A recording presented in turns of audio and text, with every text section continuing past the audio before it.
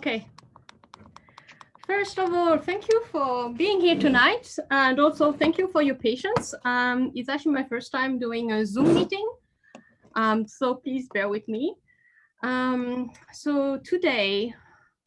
my name is Aline Yon, and I'm a registered acupuncturist, and today I will be presenting you theory and then tips on how to keep healthy in the winter with traditional Chinese medicine. So first, I would like to start with gratitude, because we are in unprecedented times where many things are going wrong, but I still feel that we should still feel grateful for what we have. This year, this crazy 2020 year, is a year where we should really feel grateful for what we have and not what we don't have yet. So first, I would like to start with a land acknowledgement. So I would like to acknowledge that the land we're meeting on is the traditional territory of many nations, including the Mississaugas of the Credit, the Anishinabek, the Chippewa, the Haudenosaunee, and the Wendat people, and is now home to many diverse First Nations, Inuit, and Métis people. I would also like to acknowledge that Toronto is covered by Treaty 13 with the Mississaugas of the Credit. Land acknowledgement is all the more important to me as I'm a new immigrant. I've been in Canada for less than 5 years. And before that, my family has immigrated a lot for various political reasons. So I'm really grateful that today I'm in a place where politically it's peaceful and where we can live and thrive. That's why land acknowledgement is important to me. Second thing, I would also like to thank the organizations that allow us to be together tonight and learn more about traditional Chinese medicine. So first, I would like to acknowledge my alma mater, which is the Ontario College of Traditional Chinese Medicine in Toronto.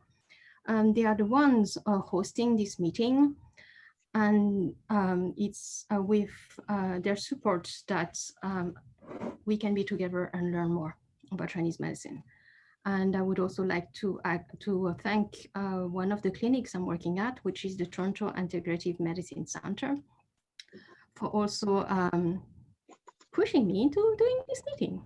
And last but not least, I would like to thank you, because being here tonight is the first step in taking care of yourself with simple tools and simple tips that you can implement in your daily life.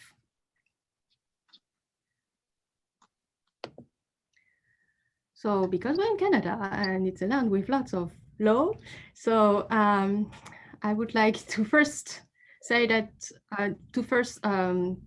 read the disclaimer that this webinar is for educational purposes only, and it's not a substitute for professional advice, diagnosis, or treatment. So if you have any health issues and so on, please go and consult with your health provider, because this webinar is only for information. Now, let's introduce each other. So who am I, why I'm here, and why what I'm saying should be legitimate? First, my name is Aline Yon. I was born and educated in France. So as I said earlier, my parents were refugees. They were Chinese born in Cambodia, and they were refugees after the Khmer Rouge War in France. That's where I was born. And then in 2016, my husband, my son, and I, we moved to Canada. So we're also newcomers in Canada. I hold a Bachelor's of Science in Life Science. And after that, I went into studying a master's degree in biotechnology management. Further to my master's degree, I went to work for 10 years in the pharmaceutical industry, where I was international senior manager in marketing. I was overseeing drug being developed with researchers, with scientists, with doctors. I was going to international congresses for that, and I was liaising with production, regulatory affairs, and you name it, until new drugs was launched into the market. After that, I decided that this career wasn't for me anymore, And I decided to switch careers and study traditional Chinese medicine. And I now hold an acupuncture diploma from the Ontario College of Traditional Chinese Medicine. And I'm now a registered acupuncturist. And you, how about you? Who are you? Where were you born? I'm not too sure how this Zoom meeting works because I thought I would be able to look at the chat, which apparently I'm not able to. So I wanted to know if any of you wasn't born in Canada. Yes. Do you need help with the chat? Yes, please. So my colleague Wendy is coming to give me help with the chat because I think chat is important. But if I exit, they won't see my screen, right? I'll try it. That's okay. Okay. That's okay. Okay. You can stop share screen, and then everybody the share screen will stop, and everybody will bounce back. So, Should I bring another laptop here? Yes, please. Okay. Thank you. Okay, so apparently many people are not born in Canada. And according to Chinese medicine, wherever you're born is the place where your body is the most adapted to, which means I was born in France, for instance. So my body is best adapted to France. So my body is not adapted to cold and damp Canada. So in the winter, like many of you, I suppose, Yeah. I feel cold, I feel tired, and and I feel miserable. That's why I got interested in how to deal with the winter in Canada, and that's how I worked a dissertation on it. And then the other question was, who are you from? If you're from the TCM world, traditional Chinese medicine world, or if you've been doing martial arts or yoga, or if you're just curious and want to know more about how to take care of yourself.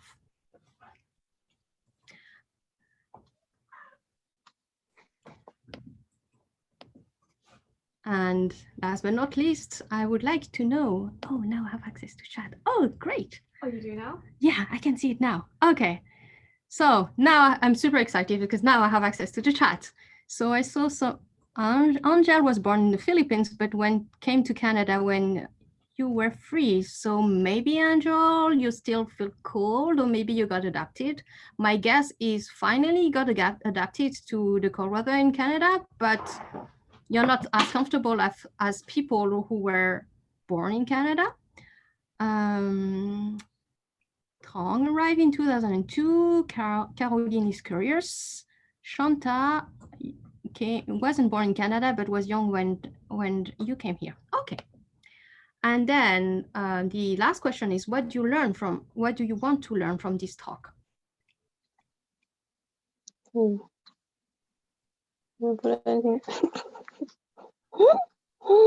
Anything.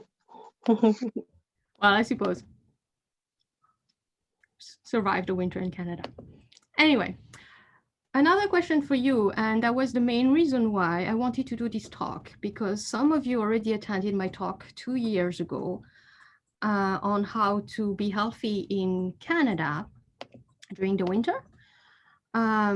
So the ones who are still here, hopefully you will learn a little bit more, I'm not sure.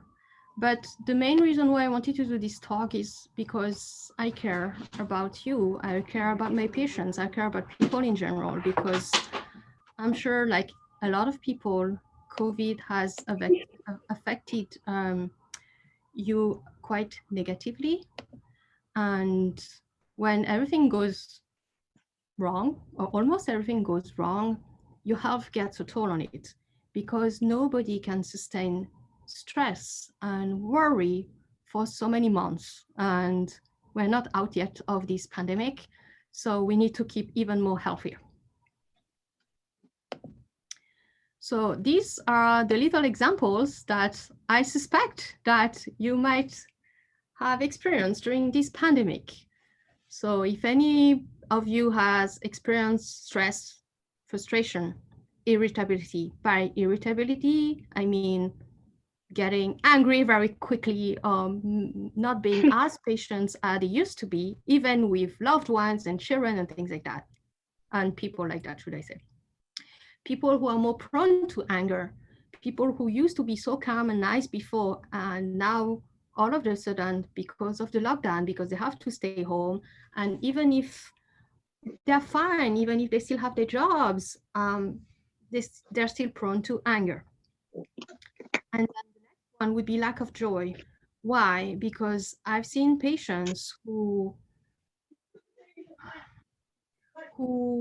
get into what I would say small addiction, which means they would drink either drink more or smoke more or eat more. And the explanation we give it's because we have joy in meeting other people. We have joy in interacting, in hugging, in dancing, in meeting in restaurants with other people. And when we can't do that anymore, even if relatively things are fine in our lives, there's still something missing. It's the lack of joy. And this has a consequence in our health. And other symptoms that you could experience during, and yes, please, everyone, mute the mic so everybody can hear. Thank you.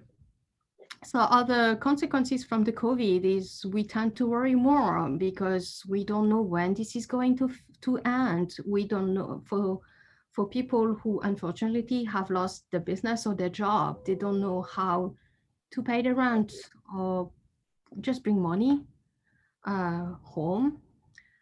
And also just a lack of physical touch. And for that, I'm mainly thinking of people who are single and live by themselves.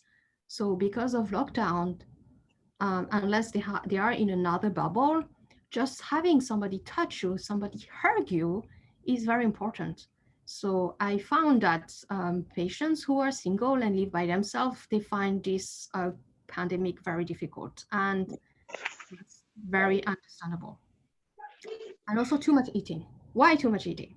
Because this is lockdown. We are deprived from a lot of joy. We're deprived from chit-chatting with colleagues. If we used to have friendly colleagues at work, we're deprived from, I don't know, going to the gym, going shopping and meeting with friends and so on. So we don't have as much joy, but eating could be a source of joy. So to compensate for that, some people would tend to eat more and eat more like comfort food, sugary food, and so on. And as a result, they put on weight, which is not great for the health. And other things that people will have experienced during this pandemic would be grief and sadness, because unfortunately, some of us have lost loved ones or colleagues or friends because of the COVID. And then another emotion that you might have experienced even more since it started snowing, since the beginning of November, because in Chinese medicine, the winter started officially on the 7th of November, it's fear.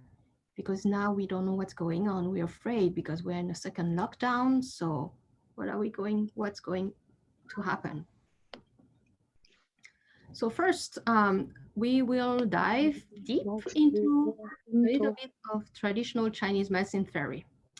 Can anyone see my little arrow going around the wood element in the screen here? No? Yes. Yes or no? Please type. Let's start screen share whatever. Good. Okay. Thank you, Tammy. So,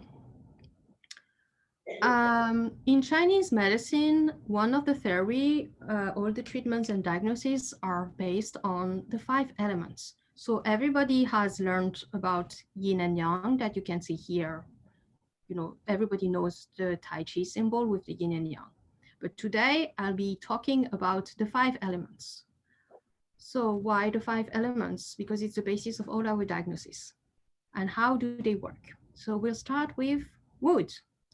So by wood, you think of a tree. So a tree needs what? Need water. That's why we say that water generates wood. And woods would give birth, as we say, to fire, because you need fire. You need wood to make a fire. And then when the fire burns down, then fire would make ashes. And then ashes, it's like dirt, which means earth. And in the earth, you can find metal. That's why you have all those, I'm not sure how to say that in English, like people excavate minerals from the earth. And those minerals are actually metal. So earth gives birth to metal.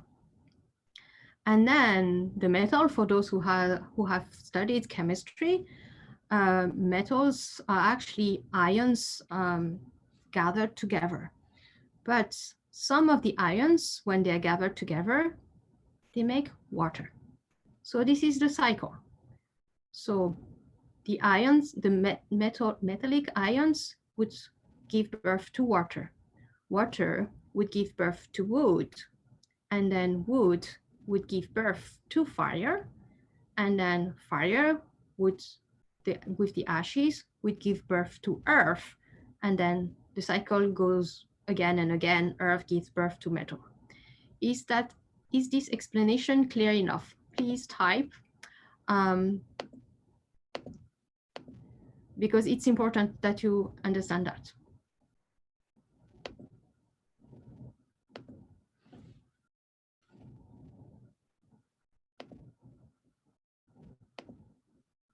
Thank you. Okay, very logical. Thank you. So now we have, like I was following the gray arrow. So water gives wood, gives fire, gives earth, gives metal, and then the cycle goes again. So that's the generating interaction. And then we have the overcoming interaction.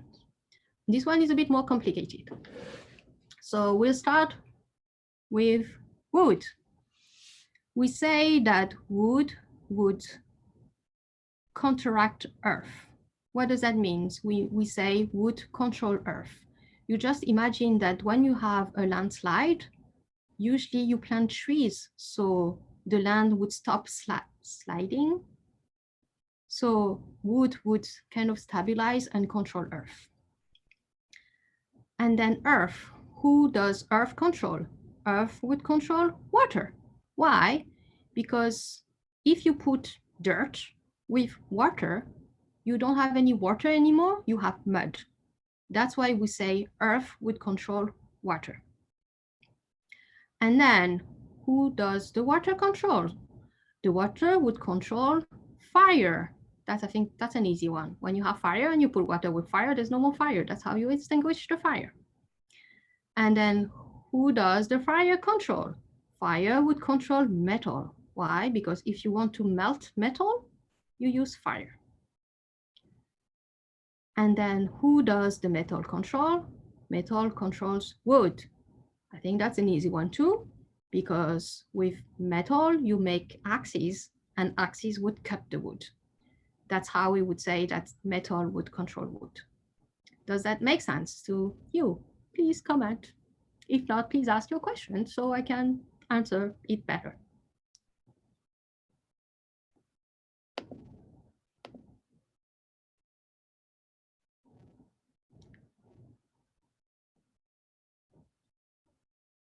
Okay, I repeat. So from what I understood is you understand that water would give birth to wood, would give birth to fire, and fire would give birth to earth, and earth would give birth to metal, and metal would give birth to water, right? That's one you understood. Sorry. You understood that. But the controlling is the most difficult one, right? Okay. Mark, fire can evaporate water. I'm not going into that yet because that's another cycle that we don't need tonight. Okay, you understand the words, but not the logic of the explanation. I will just repeat another one, maybe with other words, and then we'll move on. And then I can explain that again later on with the Q&A. So we'll start with water. We say water would control fire because if you put water and fire together, the water would extinguish the fire.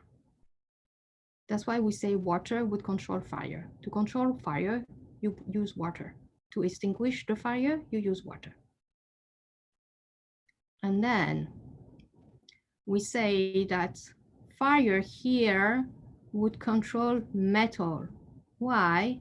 Because if you put fire and metal together, the fire would burn and melt the metal, and in the end you will not have any metal anymore because it would be burnt by all the fire. And then we say that the metal control wood because if you have a metallic weapon like an axe or a big knife, the axe would cut the wood. So if you cut the wood a lot with a lot of axes and saw and things like that, there won't be any wood anymore. That's why we say that metal controls wood. And then the last one, and this one might be the trickiest one, maybe I shouldn't have started by it earlier. We say wood would control earth. I'm not sure if you lived, by a sea or something like that. And usually when you have land near the sea, the land would kind of collapse into the sea because the land is not stable enough to stand by itself.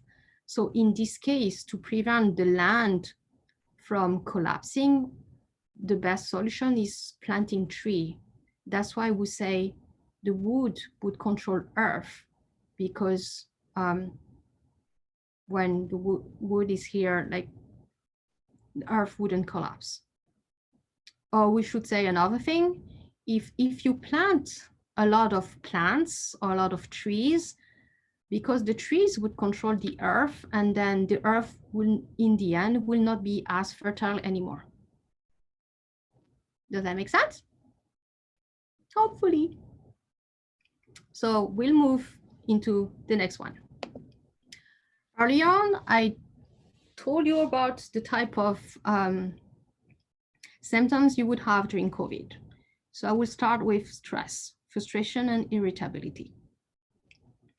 So in Chinese medicine, stress, frustration, and irritability, they are emotions that pertains to the wood element.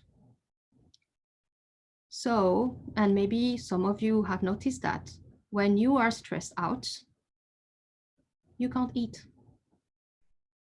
Some people, when they're stressed out, because wood control earth, and earth is digestion in Chinese medicine, when you're stressed out, you can't eat. Oh, on the contrary, when you're stressed out, you eat way much more.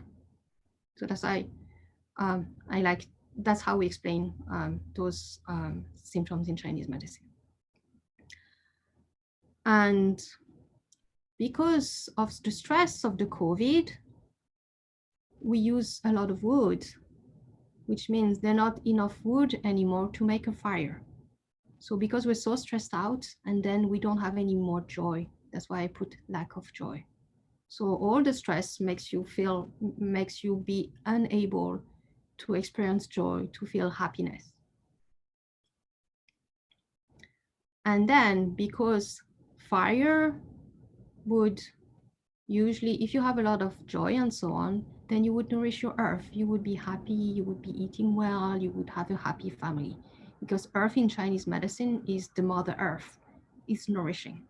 But if you have a lack of joy, then the earth is not nourished. And when the earth is not nourished, you crave for more touched.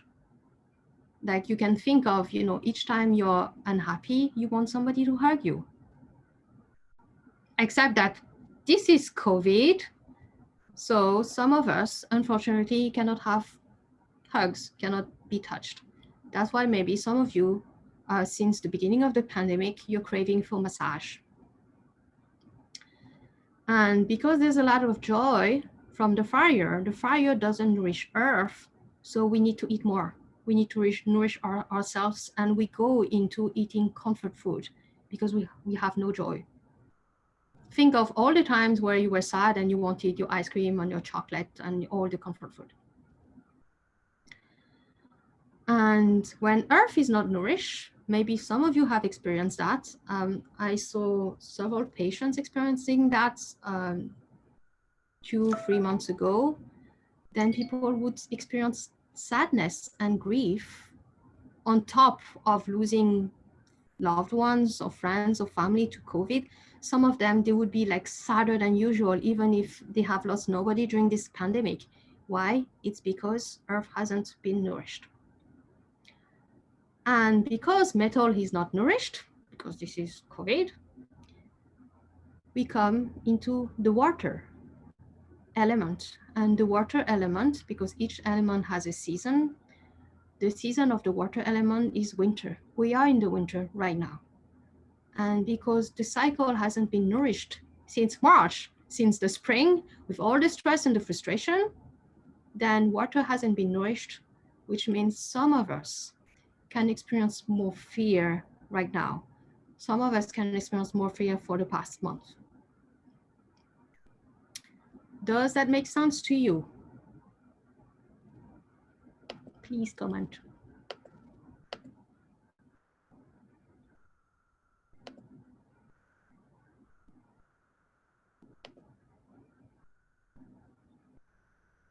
Okay, thank you. And that's why I'm doing this presentation now, because I saw a lot of patients, like when it was the summer, I was treating patients who were not happy in their life and they came because they were depressed. And then end of the summer, I was treating a lot of patients who, for instance, wanted to lose weight because they ate too much during pandemic, or people who wanted massage. So I refer them to the massage therapist because I don't do a lot of massage. And then in the autumn, I saw so many patients with grief and sadness that was just overwhelming. And now that we're in the winter, I'm worrying that a lot of people will experience so much fear. And if you have so much fear, that would drain all your water. So when spring comes, your wood wouldn't be nourished. So that's why we do this presentation today. So hopefully you will nourish your water so you will have more woods in the spring and then bring joy. So how is the winter in Toronto compared to other countries? It's damp and it's cold. And damp, cold is one of the worst weather you could have in the winter because it's the most weakening weather. And some of you have been born outside of Canada, outside of snowy Toronto and damp Toronto. So your body is not adapted to the cold, damp weather in Toronto, so you might suffer more. And also your constitution,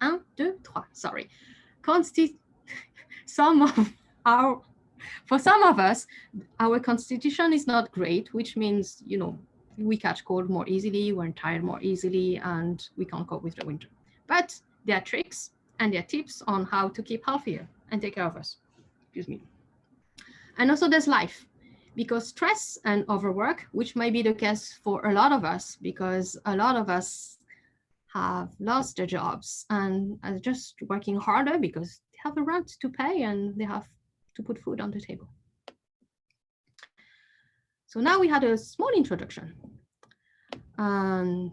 And then some of you also are here because they don't know what is traditional Chinese medicine, and also what traditional Chinese medicine say seem to be so weird compared to Western biomedicine. And I can understand that because I did 10 years in the pharmaceutical industry and I really had to change my brain when I studied traditional Chinese medicine. So first, when you see that image, what do you see? Please comment.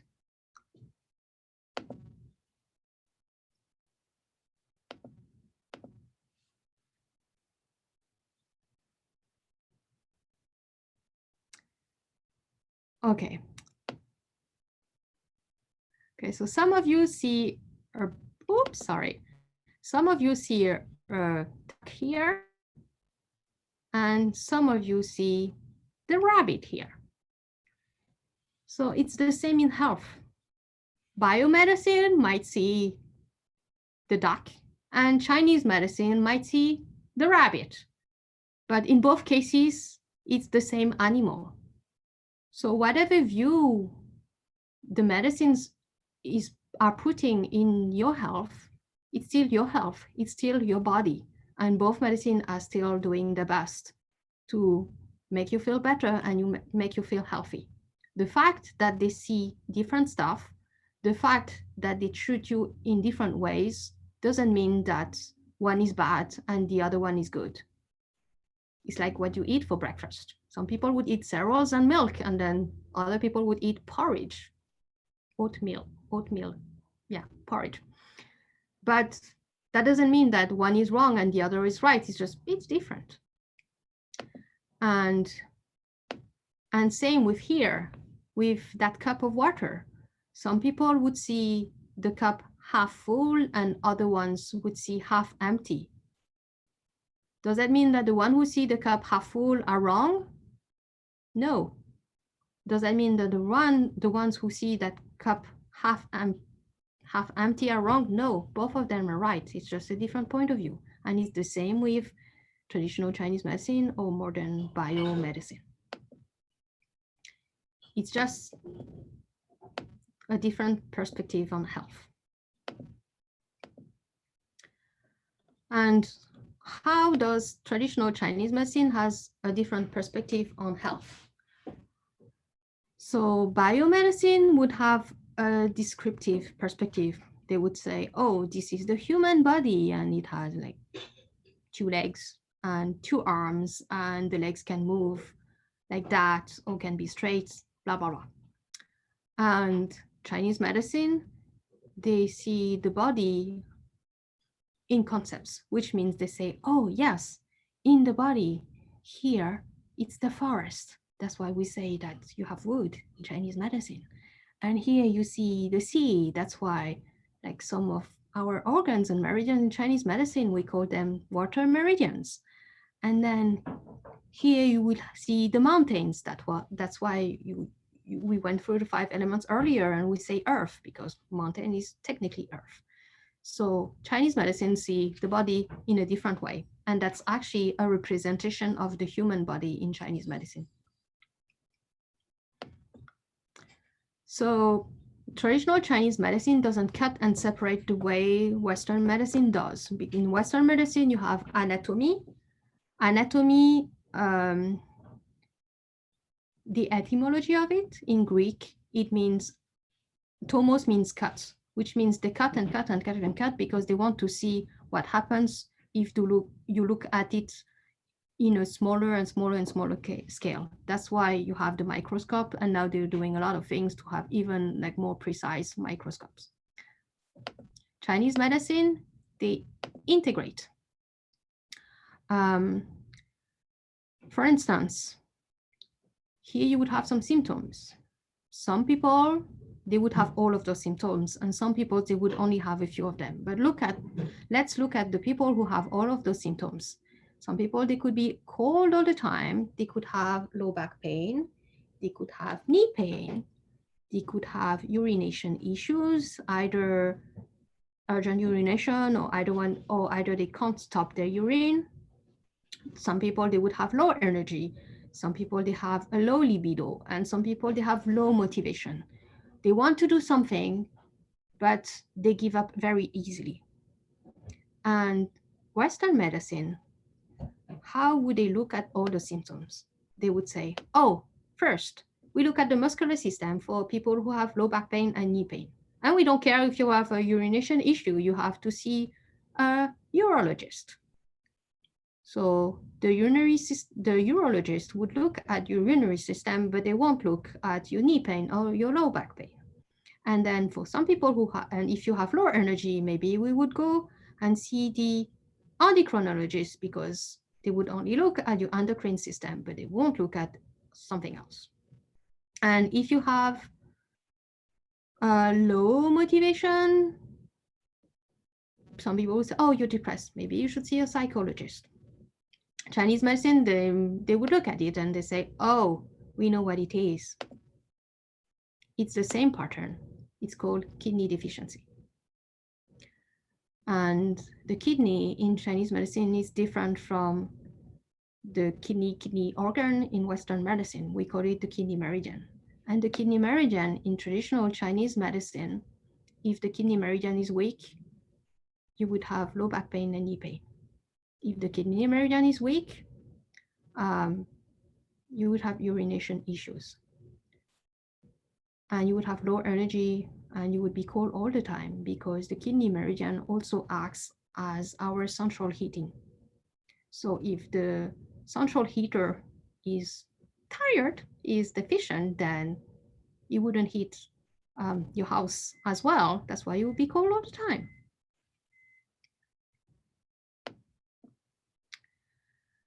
So some people would say, oh, Chinese medicine is just a woo-woo medicine.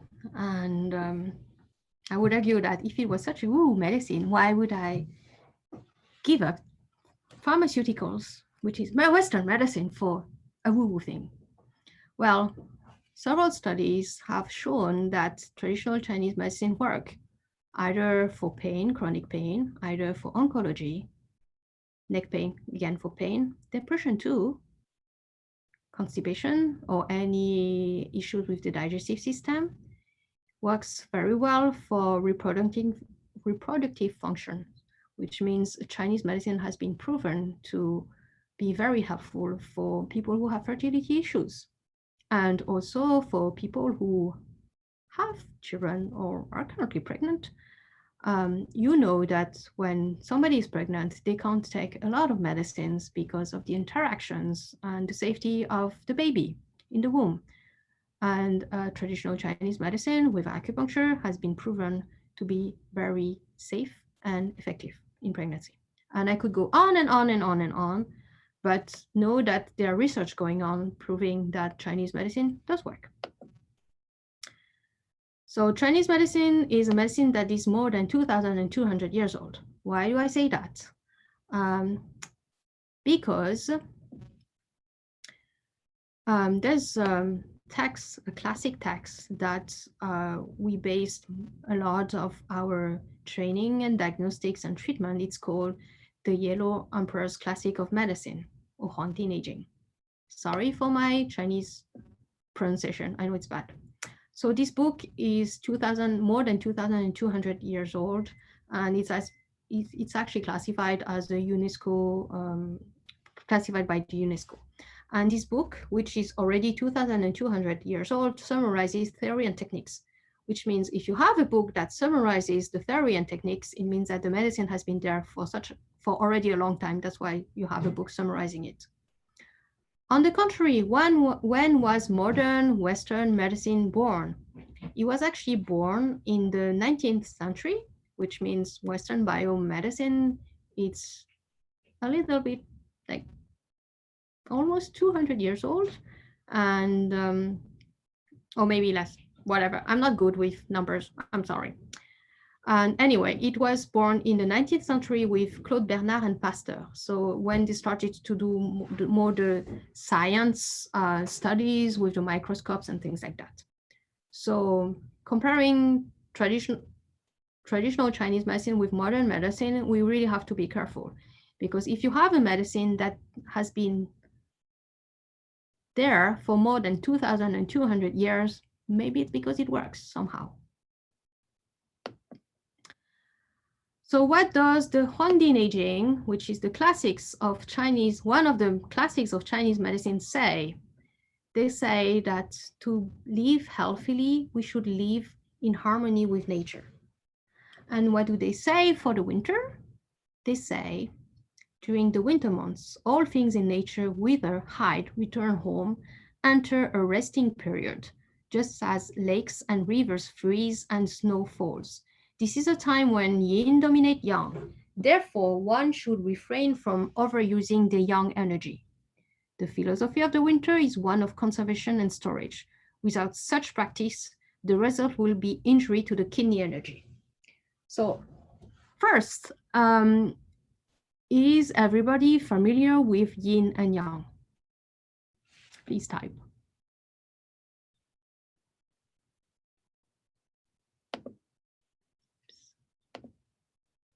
Okay, moderately. Okay, so to summarize, yin is immobility when you don't move. Yin is night because you rest at night. Yin is cold. And on the contrary, because yang would be the opposite of yin. So if yin is still, then yang would be moving. If yin is night, then yang would be day. And if yin is cold, then yang would be warm. So we say that yin is cold. We say that yin is night, and yin is immobility. Does that remind you of any season? Do you have a season where it's dark all the time, where it's cold, and where you don't want to do anything, you just want to curl up in bed or near your fireplace? That's the winter. That's why we say that winter is a yin month. And when it's a yin month, we should go along with nature. We should do what nature does. That's why they say that in the winter, it's a time when yin dominates. So instead of using a lot of energy, of yang energy, instead of, going for a big marathon in winter, in December in Canada, we should just rest. And also the philosophy of winter is one of conservation and storage. Why conservation and storage? Because it's a cold month. You need, to store more energy to protect you from the cold. And if you use up that energy by doing a lot of sports and staying up late at night, because yin is also sleeping, which means staying awake is yang, then you would really use up your energy a lot. And if you use up your energy a lot, you will injure the kidney energy. The kidney meridian in Chinese medicine is also what we would call the life meridian. So you were born with a kind of a certain quantity of energy that will gradually use up through your whole life. And when all that energy is used up, you die. So if you want to preserve your life and live a longer life, then you should really take care of your kidney meridian. And in Chinese medicine, every season have what I would call the meridian of the season, and the kidney meridian is the meridian of the winter, which means in the winter, we really should take care of the kidney meridian.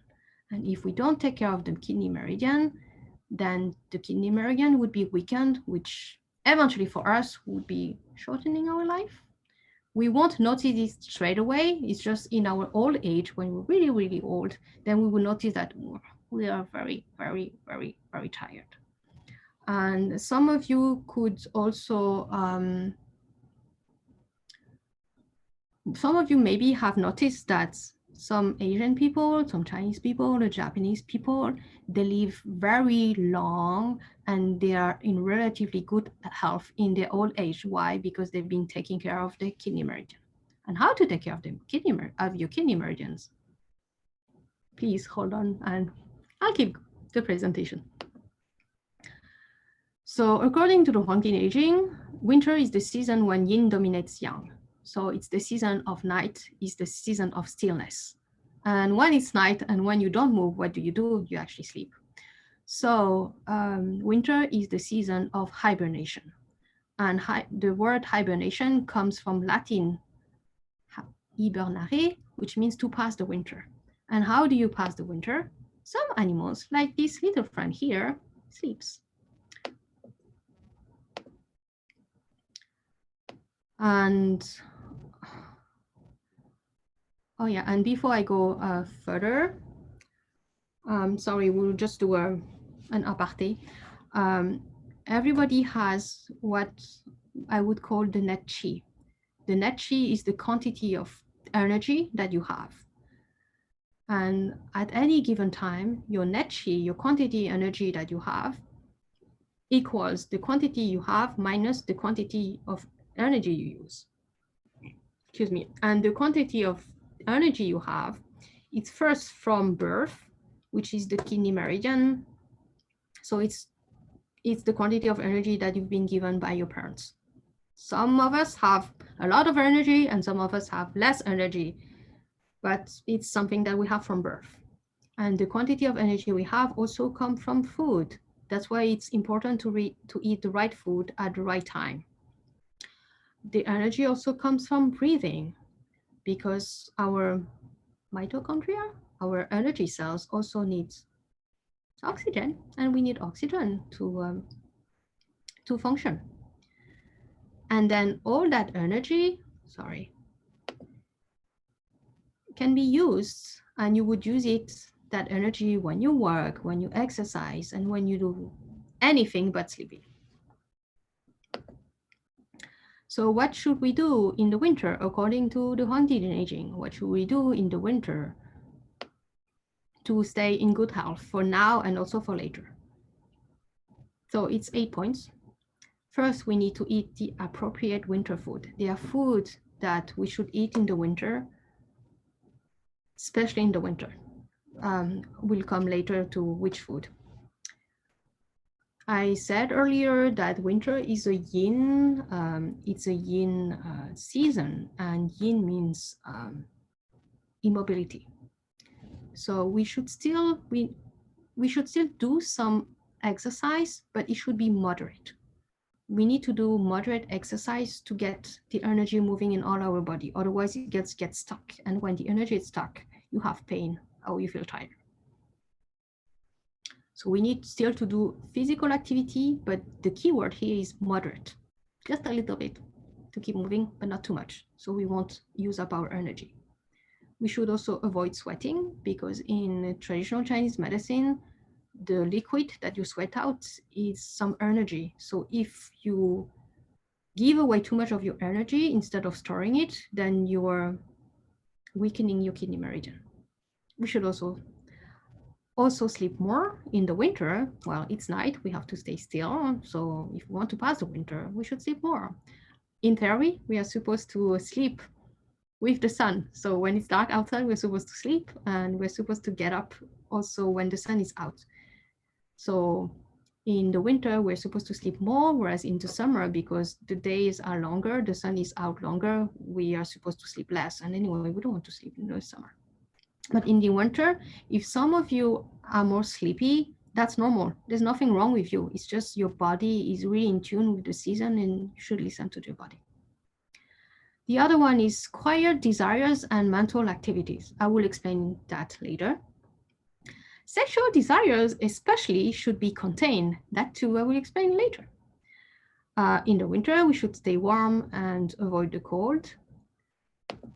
And yes, that's true, Tammy. You'd be sleeping 21 hours, except that we are humans and there's electricity, and I guess you need a social life, so maybe you sleep less. And so, of course, staying warm in the winter and avoiding the cold, I think it's a no-brainer here.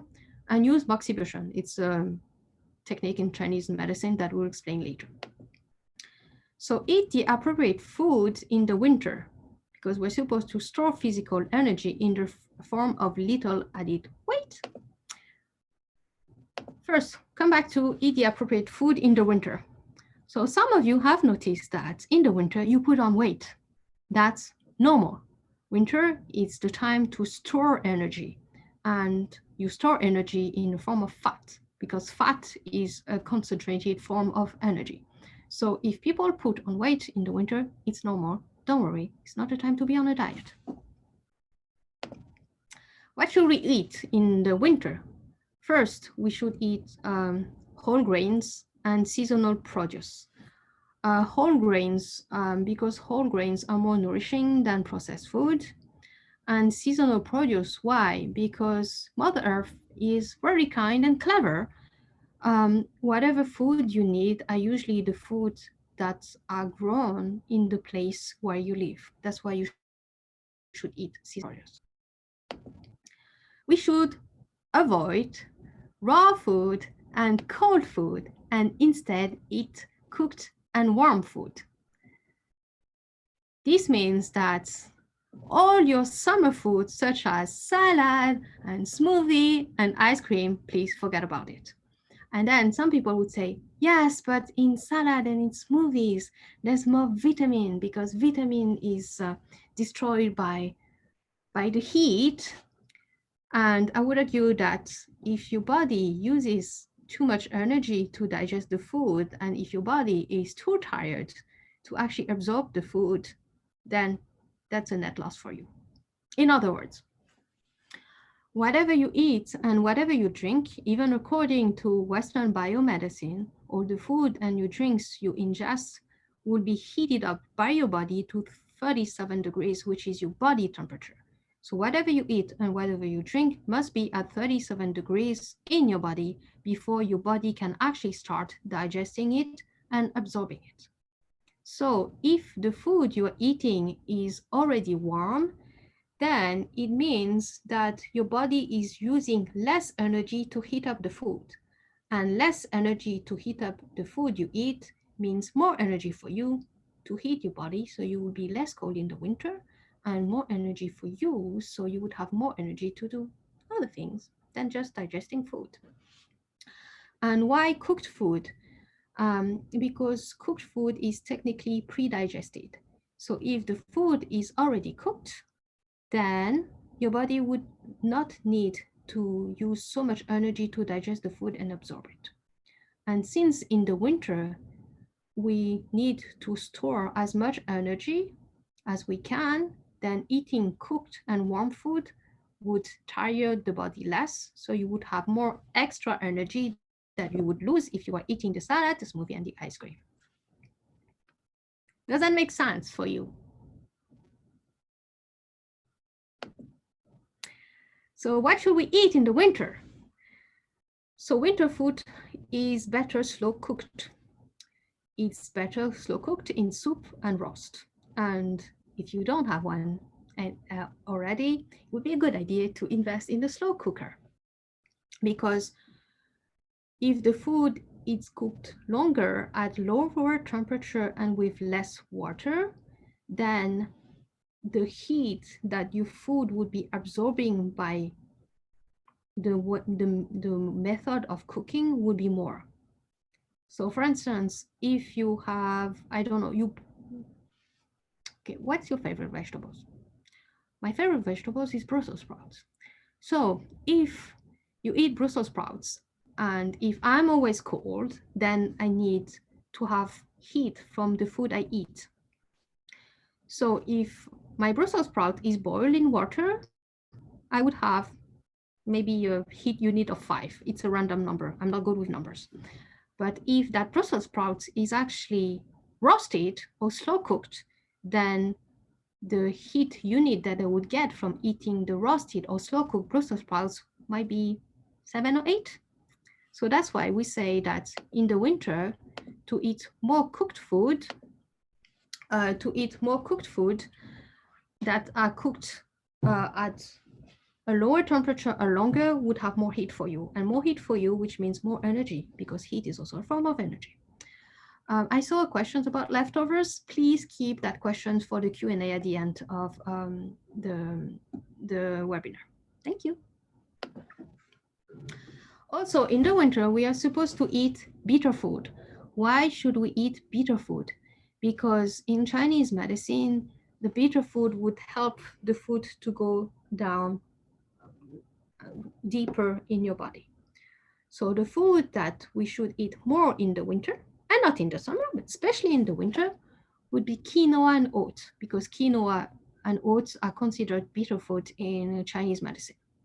And other types of bitter foods would be asparagus, celery, endive, and turnip. We also have burdock, chamomile tea, unsweetened cocoa, because cocoa, like even dark chocolate, is actually bitter, and citrus peel. And you would also have coffee, But for me, coffee is because coffee is bitter, so coffee would help the food to go more deeper in your body. But coffee is also very hot food, so then it would get your energy to go out. So I have mixed opinions about coffee. But the rest of the food here, quinoa, oats, asparagus, celery, endive, turnip, burdock, chamomile tea, unsweetened cocoa, and citrus pills are the type of food you should eat more in the winter. Winter, maybe you remember earlier I told you it's the season of the water. And do you know any water like, and then seas is a big quantity of water, and seas are salty, so we should also eat saltier food. And in the category of salty foods in Chinese medicine, you have millet and barley. So for grains, the choice would be more millet and barley than wheat, for instance. And seaweed, it's a salty food, and it comes from the sea. You also have salt, but I know in North America, we already consume too much salt, which is not good. So the consumption of salt should be taken with a grain of salt. Pun intended. I'm not sure if it's a good one. Also in the winter, usually we tend to be cold. So we need to have warming food, such as spices like black peppercorn, dried ginger, cinnamon, clove, and fennel seed. Excuse me. I needed to drink. So those foods be warming. For ginger, I emphasize dried ginger. Why? Because the fresh ginger actually has other properties. So if you cook your winter food, it's good to have ginger. You could have a mix of dried ginger and fresh ginger, but the dry ginger is warming, whereas the fresh ginger is dispersing in Chinese medicine. In other words, if you're only cold, it's better to use dry ginger. But if you catch a cold and if you have a runny nose and you have chills, then you would use fresh ginger. But if you don't catch a cold, then it's better to only use dry ginger. Other types of warming foods that you should eat more in the winter would be walnuts, because walnuts, also they say in Chinese medicine, walnut has the shape of the brain, so it would also nourish the brain. Black bean. So one of the colors of the winter is black. So any black food would be good to eat. So black bean, and if some of you are fans of tahini, I would suggest you even to eat black tahini. And other types of black food would be blueberries, blackberries, any dark food. And also another warming food would be anything from the onion family. So the onion, of course, that's why in some countries like France, in the winter, people would eat a lot of onion soup. But you would also have, in that onion family, you also have garlic, onion, chives, scallions, and leeks. So all those are, as you could see, they are winter vegetables. And there's a reason why they're winter vegetables, because they're good for our health. That's why it's good to eat seasonal produce, which means in the winter, tomato and salads and cucumber are not usually the best, because those vegetables are actually cooling. That's why you eat them in the summer, because in the summer you tend to be too hot. That's why you eat those cooling vegetables.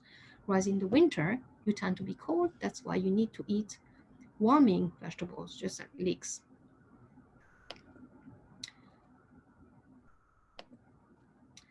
Other warming food for those of you who eat meat. Warming meat would be chicken, or even better than chicken, turkey, because the turkey in Chinese, if you translate it literally, means fire chicken. So that's why it's good to eat turkey in the winter. And then warming meat, the most warming meat would be game. And right afterwards, it would be lamb. So if some of you are really, really cold in the winter, it would be a good idea to add lamb if you can eat it, or game. And then afterwards you can have beef, but it's not as warming as lamb and game. And trout and salmon are also food because they are said to be warming. And now you must be thinking, it looks like a Thanksgiving or Christmas dinner. There's a reason why those foods are chosen for our winter dinners. You also have Chinese medicinal herbs and teas that you could take during the winter. I'm not going to pronounce that. It's a formula that is widely used in the winter because it's warming. It nourishes yang, which means it keeps you warm. It nourishes your blood and nourishes your Yijing. I will not talk any further from those Chinese herbs and formula because I'm an acupuncturist. I haven't studied herbs yet. So before you rush to your Chinese supermarket and buy that formula, or you rush to the Chinese herbalist to buy that formula to keep you warm in the winter, I would strongly advise you to look for professional advice from a registered traditional Chinese medicine. Why? Because some people, they're cold, but they're only cold on the feet and ankles, whereas other people, they're cold in the spine.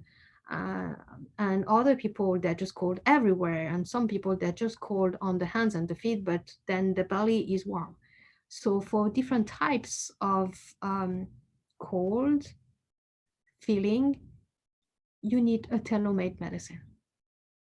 Because contrary to Western medicine, where you would have the same box of medicine for any issues, in Chinese medicine, you have tailor-made medicine. That's why it's important to look for a professional advice when you want to take Chinese herbs. And it's the same for you. Like if you want to buy a suit, would you go into a shop and buy whatever suit, even if it's too big for you or too small for you? Or would you rather go to a tailor to have a tailor-made suit? In which suit would you look better? In the tailor-made one. In Chinese medicine, it's the same. It's better to go for professional, so you have a tailor-made formula for you. Now, I wanted to talk about balance. Why? Because everybody's different. Everybody's unique. So everybody has a different constitution. So for somebody who is never cold in the winter and wear the t-shirt to go out in the winter, which is not me, by the way, they would react differently to the winter than some people who are cold all the time. And even as adults, they need to wear ski trousers when they go out. And also a health condition. Some of you are new moms who have just given birth, or even new parents who are sleep deprived, so they wouldn't have the same health as a teenager or a young adult in their 20s. So they would be more tired. And of course, the weather, because the winter in Canada is different from the winter in France or any other countries, even if they have snow. So whatever advice you have here, try to apply them, but also listen to your body. For instance, I advise that in the winter, you should eat maybe more warming food.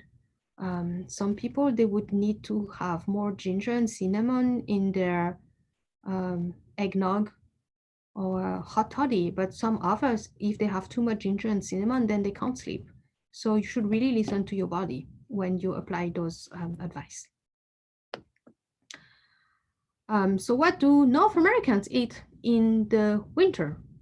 So for Christmas, you notice that they eat roast turkey, smoked salmon, and roast vegetables. And those are all winter food, and they're cooked in a way that it would be the most warming for the food, for the body.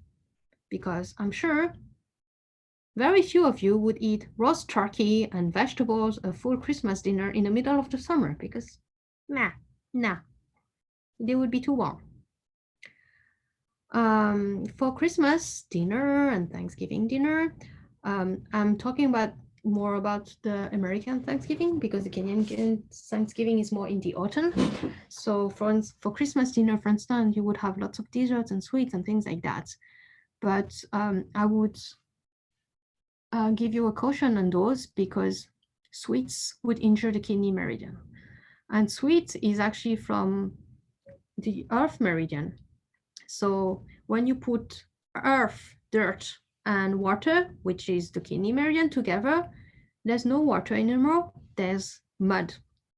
So if you want to preserve your health, especially during the winter, try to eat not so much sweets and desserts. I know it's difficult with all the treats, but that's a way. And even Western medicine would tell like that we should reduce our consumption of sweets because it's not good for our health in the long time. So they say the same as Chinese medicine. Also, caution with alcohol and coffee. Why? Because alcohol and coffee are very young. Some of you might notice that when you eat too much coffee, you become agitated. So yang is agitation and yang is movement. So if you have too much coffee, then you have too much movement. So you don't want that in the winter, because in the winter, you want very little movement. And when you have too much movement, you have too much heat, the body would want to get rid of the heat by getting it out. And by putting the heat out of your body, you actually also weakening your body, because you want the heat with your body, so the body would still able to warm you up. But if you have too much heat at once, the body can't take it anymore and would get rid of this extra heat and would end up weakening you. So I said earlier that it's normal to put on weight in the winter and to have a bit more fat in the winter. Disclaimer, I have two sizes of clothes. I have my summer clothes size, and then I have a size up for the winter, because I know that, because I like, I know that I will have more weight in the winter, and also I like wearing tight fitting clothes. So I have two sizes, and I don't mind, because then I know in the spring, the weight would shed naturally.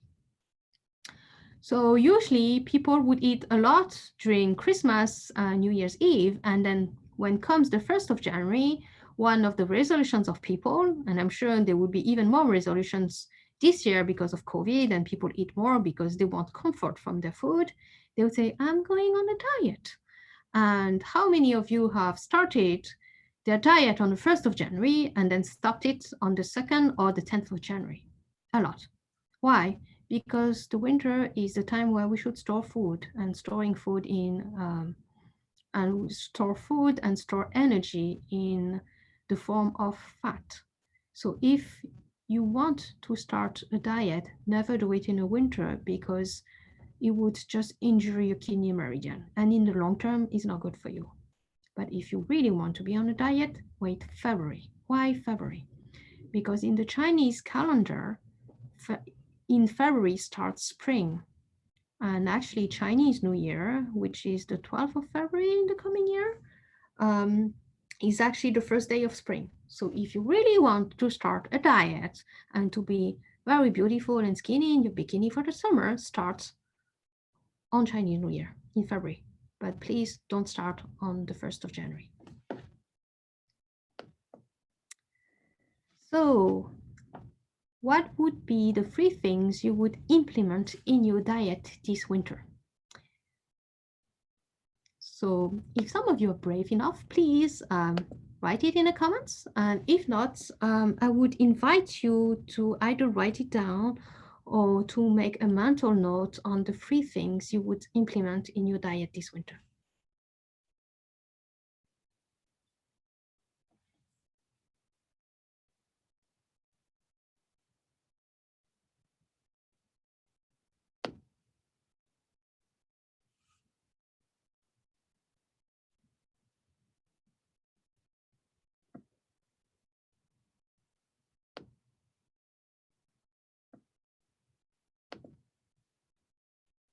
Yeah, let's go then raw food. No sweets. Shanta, you're very brave. You can still have sweets, because everything is a question of balance. Because if you're too frustrated by eating not sweets, that's not good. But you can cut down. That's a good idea. Not too many exercise. Yeah, don't train for a marathon during the winter. Yes, warm and cooked food. Yeah, no cold food, no raw food. More warm and cooked food.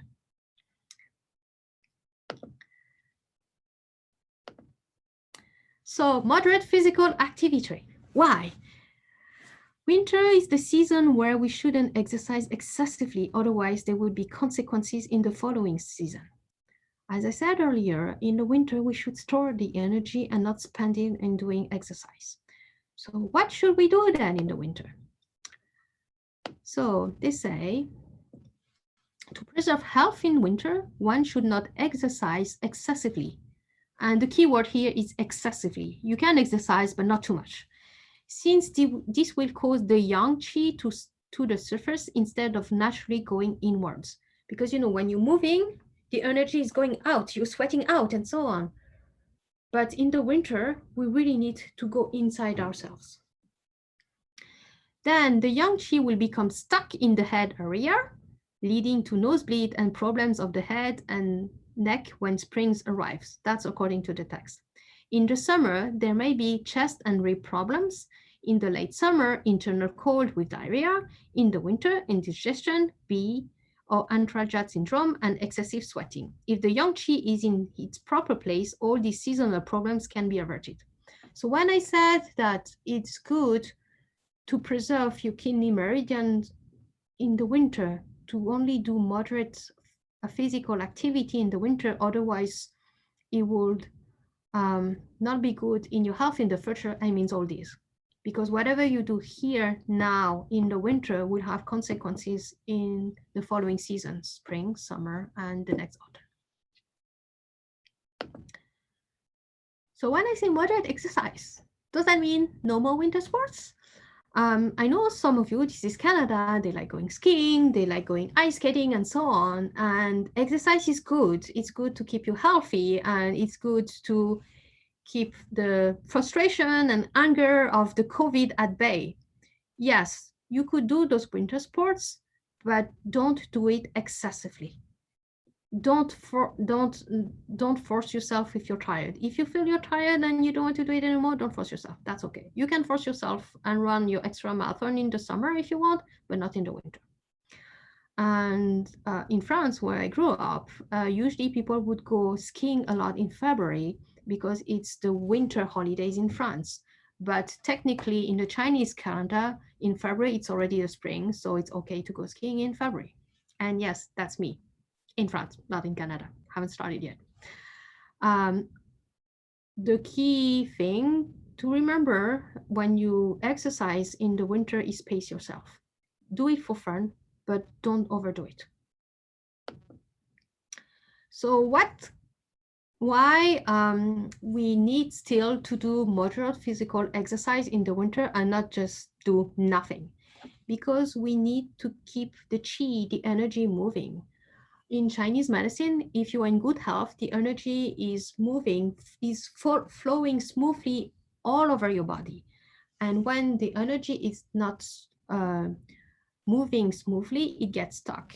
And when your energy is stuck is when you have pain, when you feel not well, when you have depression and everything not nice. And also, if you don't move, then you're more susceptible to hypothermia. That's why, you know, when you're outside and you're cold, then you need to move because you need to bring warmth to your body. And also, when you move, you activate the blood flow in the joints. Because some of you already know, on the joints, there's no blood vessels. It's actually synovial fluid. So if you want your joints to be nourished, you need to move. So the synovial fluid would move and still nourish your joint. Because if you don't move your joint, then they would lose their function and then you won't be able to move anymore. And that would be sad, you know, if you can't walk or things like that. And what do I mean by moderate physical exercise? We could do a gentle exercise, just like Tai Chi, yoga, or even walking, as long as you wear the proper clothes. Avoid sweating. Wind and cold can invade.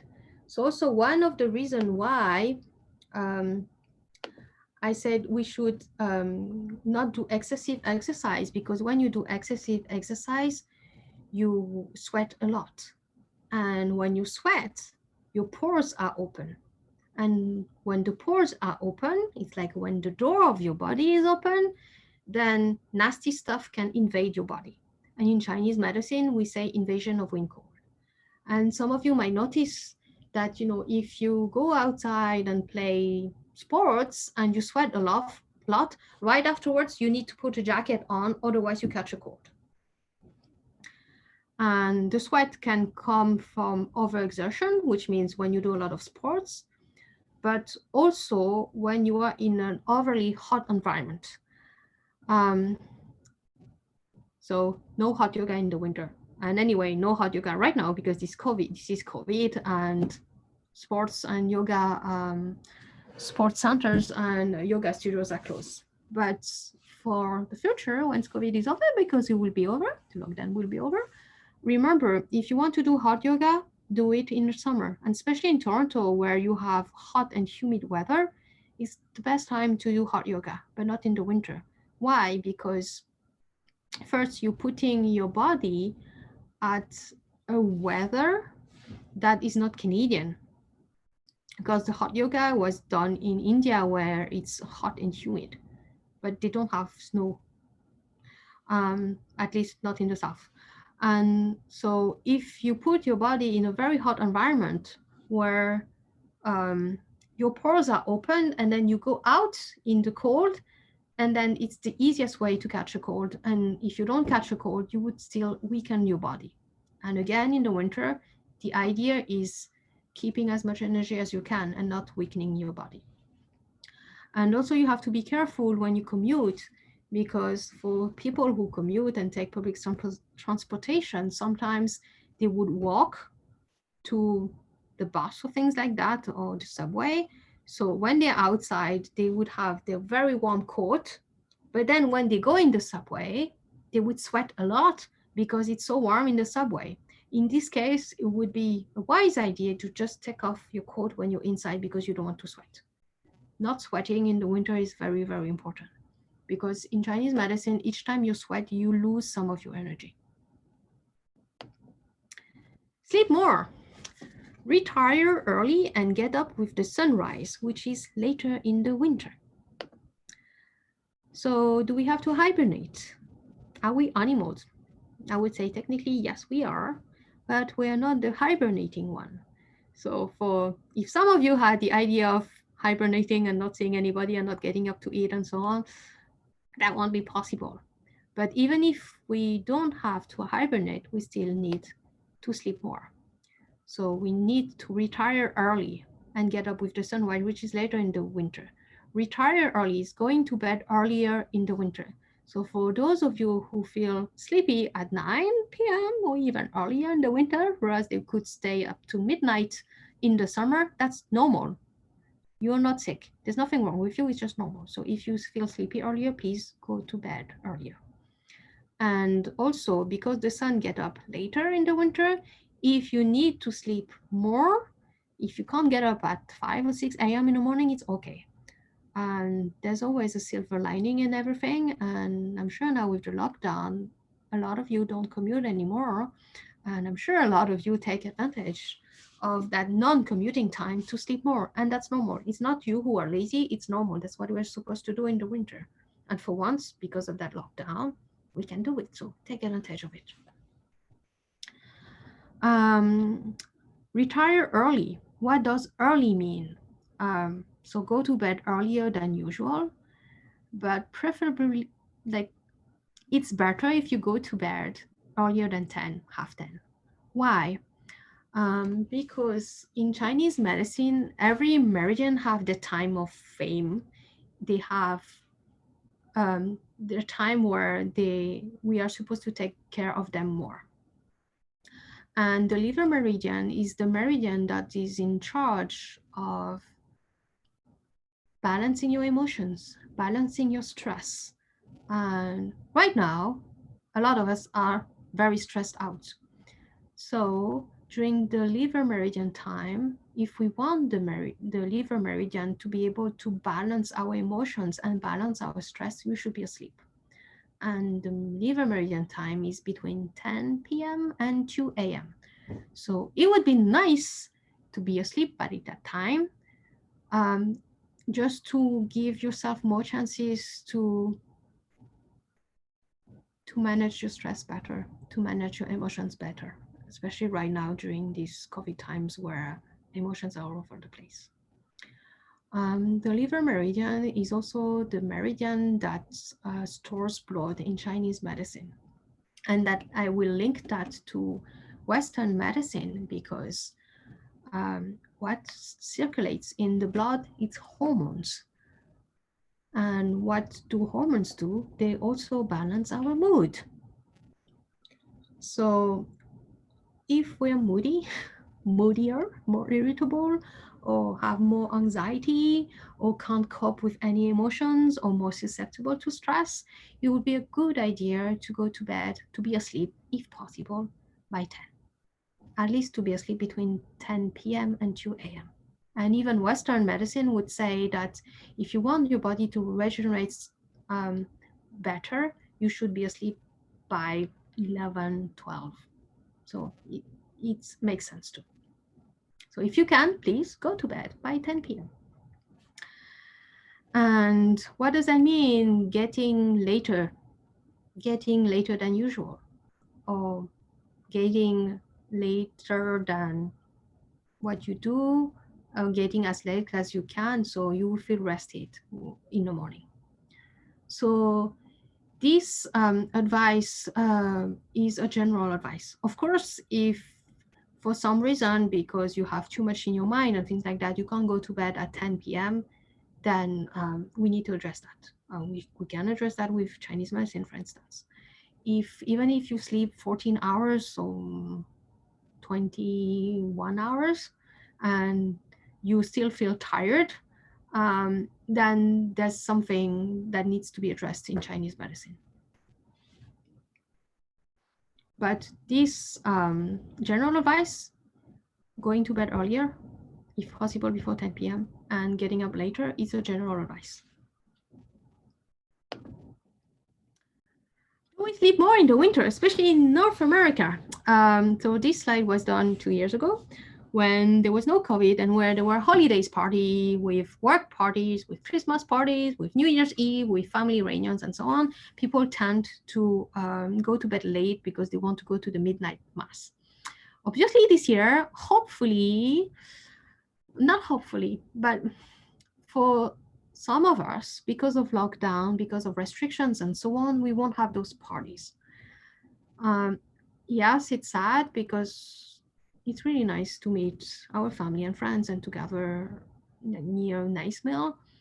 But the silver lining of the lockdown is we can go to bed earlier, and that's what we should do. So if you are tired on Christmas Eve and New Year's Eve and you want to go to bed and not wait until midnight, take advantage of that because it would be good for your health.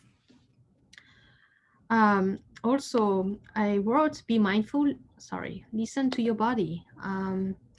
Because, sometimes you are tired at 10 p.m. on New Year's Eve, but you want to stay awake so you can say Happy New Year at midnight. But if you're tired, that's okay. Listen to your body. And don't judge others who don't stay up late. And don't listen to other people's judgment. So if people tell you, well, you're a sissy because you don't want to wait until midnight to say Happy New Year to me, blah, blah, blah, blah, blah. Well, if you're tired, listen to your body because your health is more important than their judgment. And also look at children. We don't force children to stay up late until midnight to say Happy New Year, and they go to bed and we're okay with that. So be nice to yourself. So how will you improve your sleep this winter? Feel free to write something in the comments, but more important than that, take a mental note or write something for you, the 3 things you want to implement in the winter, because it's those little steps that will keep you healthier in the winter, and that would have healthier positive consequence in the next months to come. continuing to try to go to bed before 10:30, yes. And if you have insomnia, things like that, know that acupuncture and Chinese medicine can help you with that.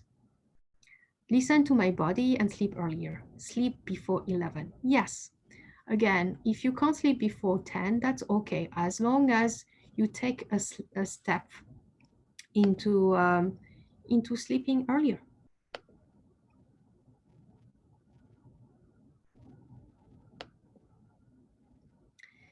Next one.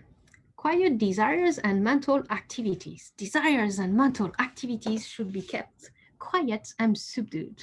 What does that mean? During the winter, if one lives improperly, giving in to impulses, desires, and emotions such as anger and irritability, the spirit becomes restless, causing the yang qi to disperse at the surface. At this point, the yang qi can no longer control the orifices and pours in the body. The result would be an outpouring of the qi and subsequent vulnerability to invasions. In other words, we said earlier that in the winter we should keep quiet in our body, which means not too much activities. But we should also keep quiet in our mind. So I know there was like Black Friday earlier. I used to be like that because you usually have good deals on Black Fridays. But having too much desire, you want to buy this and that and this and that, and you get excited about everything you can buy in Black Friday, and then you get so excited that you can't sleep. All this excitement gets the yang energy out, and it weakens your health. Whereas if your mind is quiet, if you practice contentment, you practice gratitude, you're happy with what you have, and you don't worry, you don't have excessive desires and things like that, then you would be more in the yin state. And a way to do that is also trying to do meditation, because meditation is basically trying to quiet your mind. And some of us can't do meditation because it's very difficult to stay still and not moving for a long time. So in this case, I would advise you to do Tai Chi, because Tai Chi is a moving meditation. So you would do a 2-in-1. You get your head to meditate while you do gentle exercise. So that's perfect for the winter. And how about year-end activities? Some of us, they work behind a computer, they work in businesses, and usually December at work, we have to close budgets, we have to do a lot of thinking and so on and blah, blah, blah, because it's work. So to counteract that, try to do meditation, Tai Chi, something, yoga to quiet down your mind.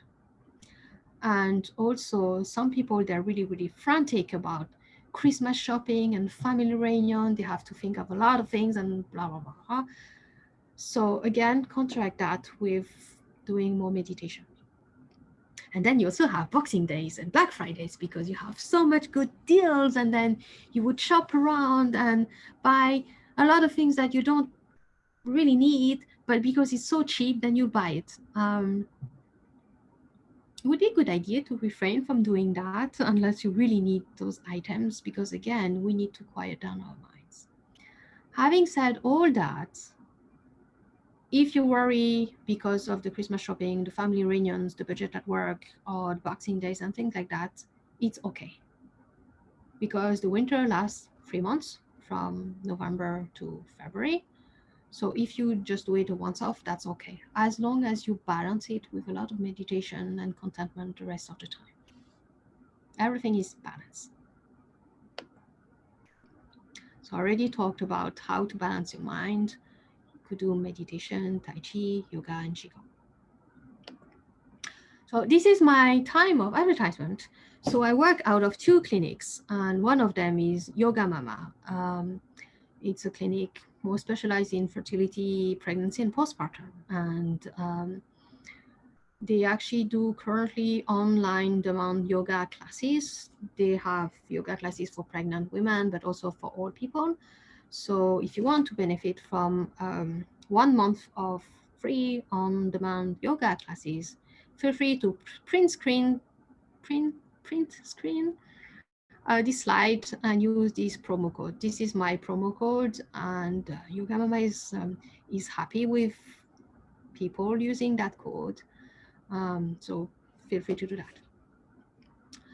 Also, I also work at the Toronto Integrative Medicine Center, which is the professional clinic at the Ontario College of Traditional Chinese Medicine.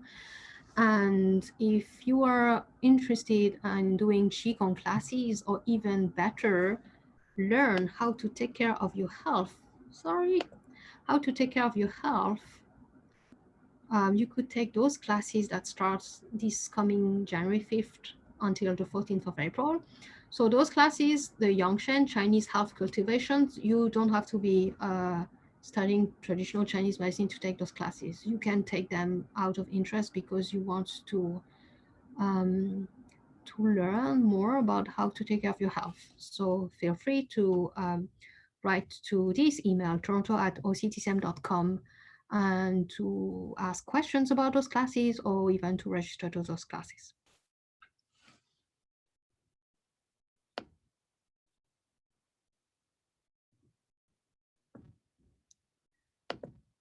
Okay, now, how will you add more mindfulness in your daily life this winter? What are the 3 things you want to implement? Again, feel free to write it in the comments, and or if not, at least write it for yourself to a mental note. It's something you will do for yourself, for your health. In the meantime, I leave that for people who wanted the information for the yoga classes and the Qigong and Yongshen classes.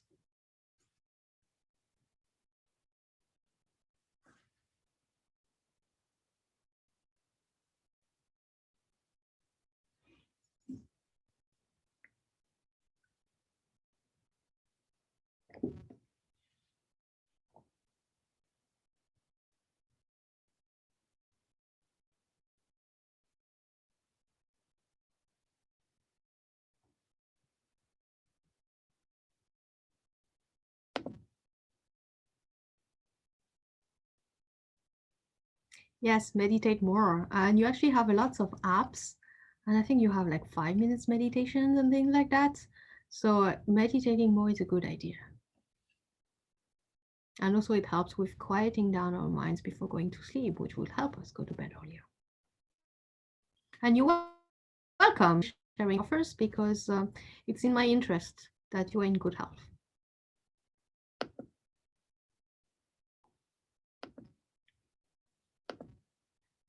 Sexual desires especially should be contained as if keeping a happy secret to preserve the essence of life. So maybe some of you have heard that because it's the winter, we have nothing to do. So people would tend to have more sex in the winter because they don't go out. Chinese medicine think otherwise, because in Chinese medicine, the kidney meridian is the meridian of the winter, which means in the winter we really need to take care of the kidney meridian. So what does the kidney meridian do? The kidney meridian stores the energy of life. So I said earlier that you get all that energy from birth. And the kidney meridian, I didn't write it in it, but the kidney meridian is also our central heater. So you need to take care of your central heater if you want your body to be warm and comfortable for the whole year. The kidney meridian also stores what we call Jing. Jing is the essence of life, the energy of life. So Jing is what would control your constitution. So people who are in very good health, who have a very good constitution, we say they have a lot of kidney essence, they have a lot of Jing. And so people who are frail, who are not in good health, we noticed that usually they are child number 8 or 10, so the parents already have used a lot of their energy life for the other children, so the last child gets whatever is left. Or children who have parents who conceive them at a later age, so when you're older you have less essence of life. That's why you can transfer to your children less essence. Having said that, for couples who are over 40 and want to have children, there are ways to nurture that kidney essence meridian with Chinese medicine and acupuncture. Anyway, kidney meridians also control your strength. So if you are strong, you have a lot of energy, it's also because your kidney meridian is strong. If you have a lot of vitality, it's because your kidney meridian is strong. And on the contrary, if you're tired all the time, maybe your kidney meridian is weak, and that can be addressed in Chinese medicine. Kidney meridian also control the sexual life, because kidney meridians is responsible for reproduction too. Before reproduction, we have sex.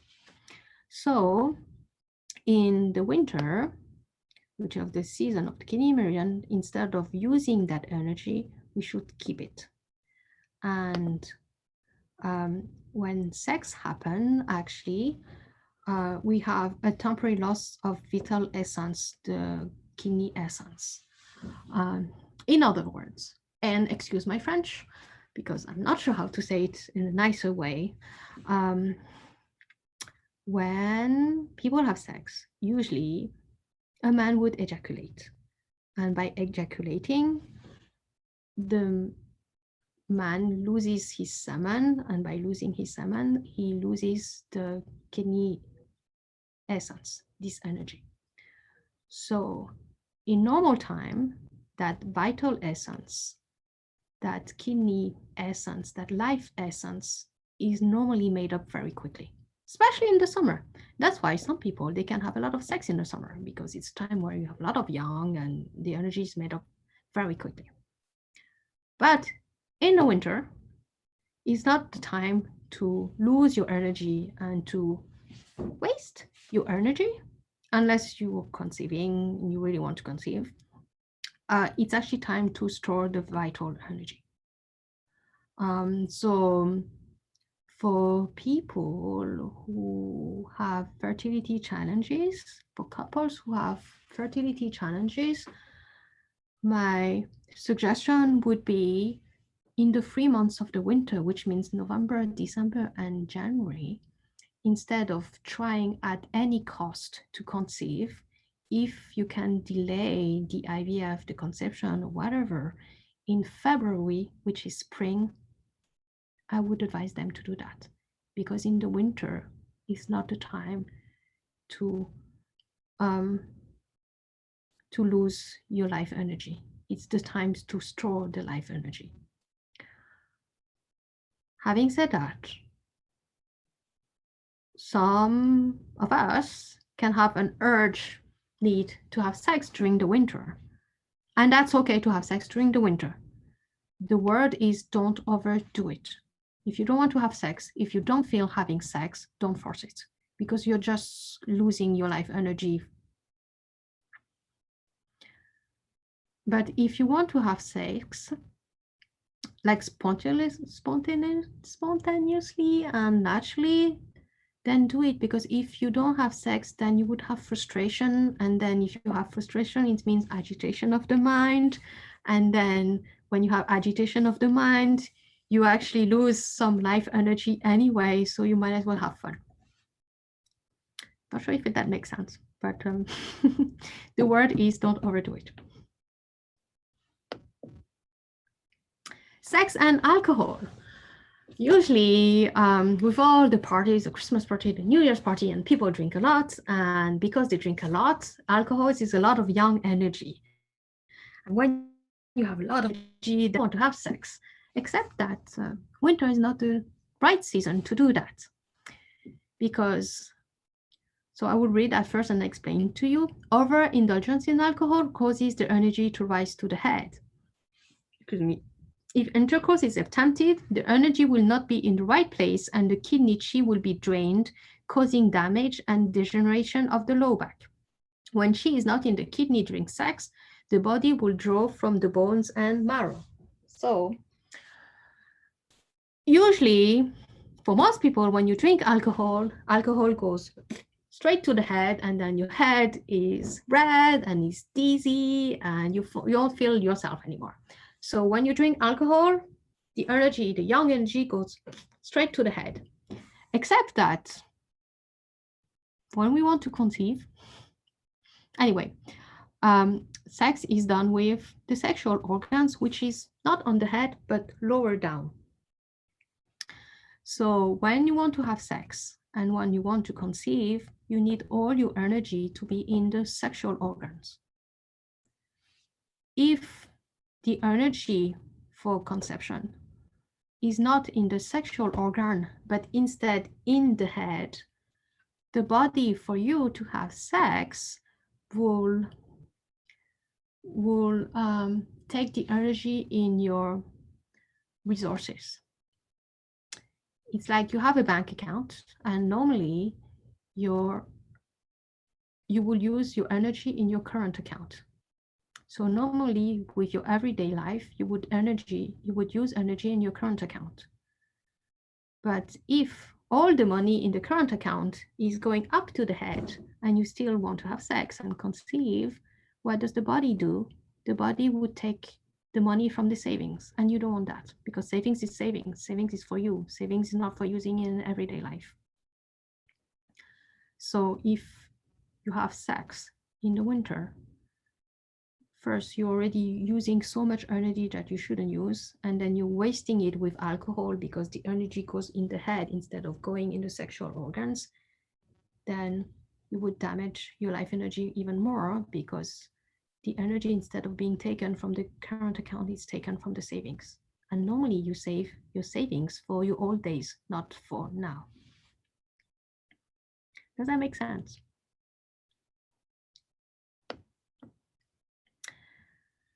So I said kidney, the organ, the root of life already. Any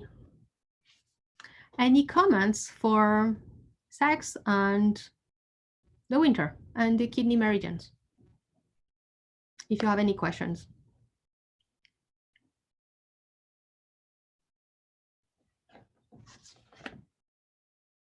Ooh. Okay, makes sense.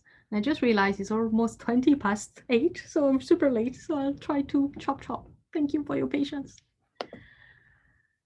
7, stay warm, avoid the cold. What do we do to stay warm? Layer clothes and no cotton next to the skin. Wear hot gloves and warm boots, and keep the torso warm. Stay warm. So I drink tea, so I like my teapot. So a teapot in the summer is just a teapot, but a teapot in the winter has clothes, and so should we. First, to stay warm, and it's something that I personally experienced in Canada, because my first apartment where we lived wasn't insulated in the winter, so we got cold a lot. First, make sure that your house is well insulated. Put heavy curtains. If you have shutters like here, use the shutters, and if not, use heavy curtains to keep your house warm and not have loss of energy from your heating. Also, clothes in the right way. First, base layer, no cotton next to the skin. Why? Because cotton would absorb humidity if you sweat, but also cotton would keep the humidity. So, and when you have water next to you, what does that do? It would cool your body down. So next to the skin, it's better to have any fabric, but cotton. The best would be wool, because wool would keep you warm, and if you sweat, wool would wick the moisture out, so it would still keep you warm. And then you have an insulating layer, like wool, fleece, whatever. And you need a windproof layer afterwards, your big coat, so the wind cannot go through, because in Chinese medicine, they say wind carries disease. So if wind can go through all your layers, then you're not insulated, and then you will be cold. Also, a friend of mine used to say, Canada is the only country where adults wear hats. So make sure you wear hats and scarves. Why? Because in Chinese medicine, you have important acupuncture points that actually, we call them the wind points. And where are those points? So there's one here, not sure if you see, at the back of the head. That's why it's important to cover the wind point with a hat. You also have wind points just here on the shoulder and at the top, just under your neck. That's why it's important to wear scarves, because if those wind points are uncovered, if those wind points are exposed, then you will catch a cold, you get sick. And also you should wear gloves, especially the elderly, because they have the cold sensation is less sensitive. But also we should wear gloves because on the hands, we have a lot of important acupuncture points. And if the wind goes through those acupuncture points, it's not good for your health. And also you need to keep your feet warm. You need to, so usually I would say to my patients, never have barefoot on a tile floor. Why? Because at the bottom of the foot, you have a very important acupuncture point, which is actually the first point of the kidney meridian. Remember, the kidney meridian is the life meridian. We should really keep warm. We should really take care of in the winter. And the kidney meridian is also the central heater of your body. So if you put cold, your central heating wouldn't like it. So you need to wear socks, and more than that, you need to wear slippers even at home, because even if you wear socks, the cold will seep through the socks, and if your feet feel cold, then it's already weakening the kidney meridian. And you also need to keep your ankle warm. Please don't wear those type of shoes in the winter, even if it's very fashionable. Why? Because at the ankle, you have an also very important, it's the source point, very important acupuncture point, which is the source point of the kidney meridian. So in the winter, make sure that you wear boots that cover your ankles, because if your feet and your ankles get cold, then cold invades through the shoe points of the acupuncture meridians. It will manifest as fear, fright, or startling nightmares. So if you feel more fearful in the winter and you have cold feet, like, make sure you wear socks, make sure you wear boots, and make sure you wear slippers at home. And also protect your torso and gate of life. So no crop top. So in the winter, make sure that you cover your torso, especially your low back, because at the low back, there's a very important acupuncture point, which is called Mingmen, which is called the gate of life. It's the root of all your energy. It's the root of your heating system. And if Mingmen is weakened by too much sex, physical overwork, work, cold, and old age, then it's not good for your health.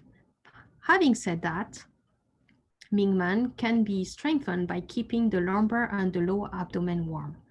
So like I don't have it here, but I usually keep like a big woolen belt that covers my torso, especially the low back, and at the front too, at the Tantian, which is like 3 fingers breadth under the belly button. Those two, you really have to keep them warm, which means no crop top in the winter.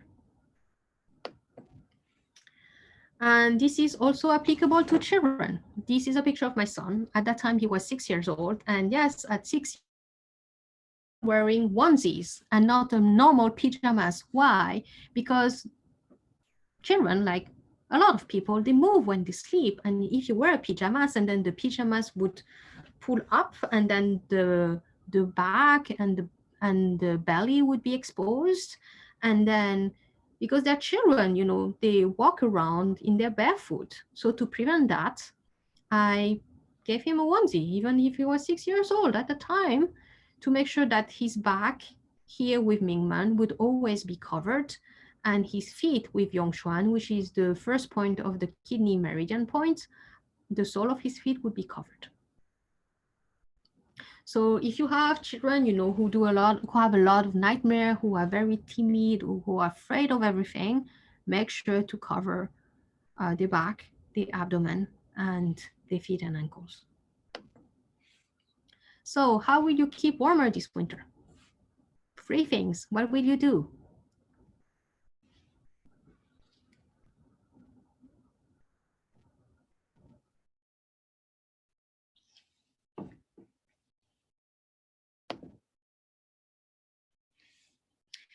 Yes, wear socks all the time. Try to wear woolen socks and not cotton socks, because if you sweat in your cotton socks, then it would just like keep your feet cold and wet, which is not good for your kidney meridian.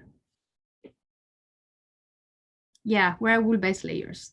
It's an investment because wool-based layers are quite expensive and you have to take extra care of them because moths love them, but it's the best investment you can do clothes-wise for your health.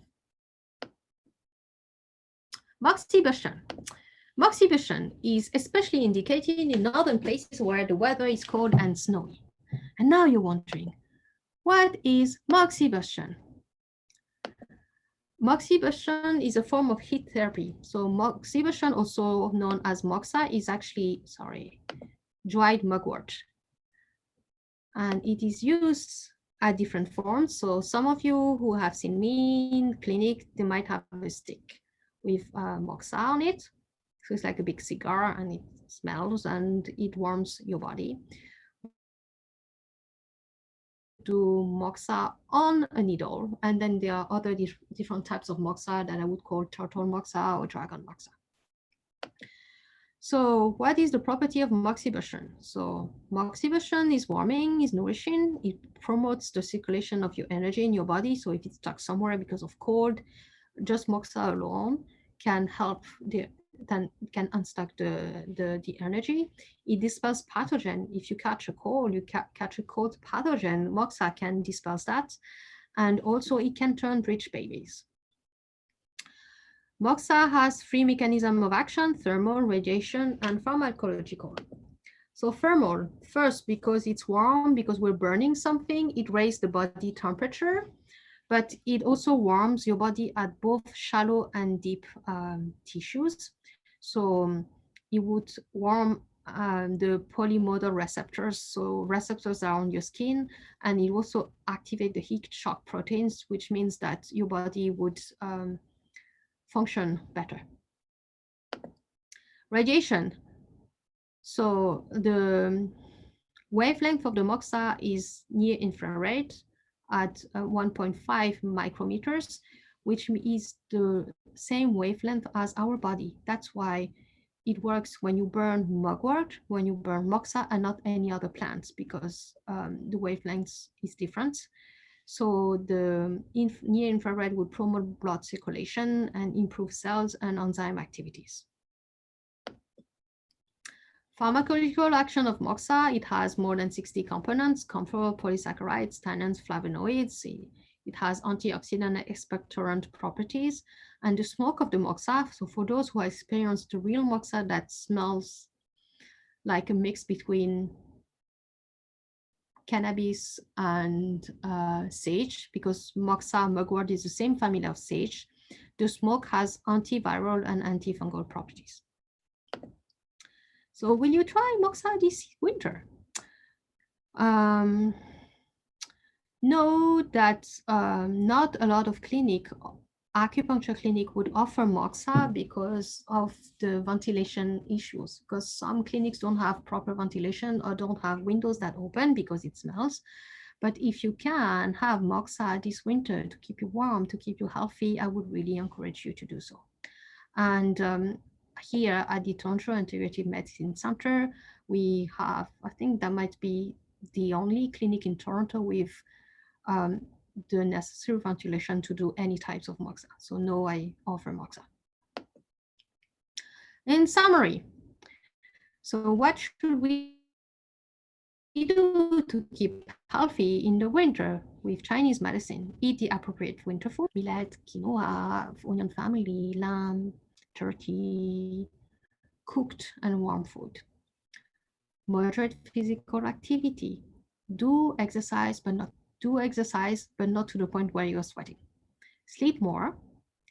Keep desires and mental activities.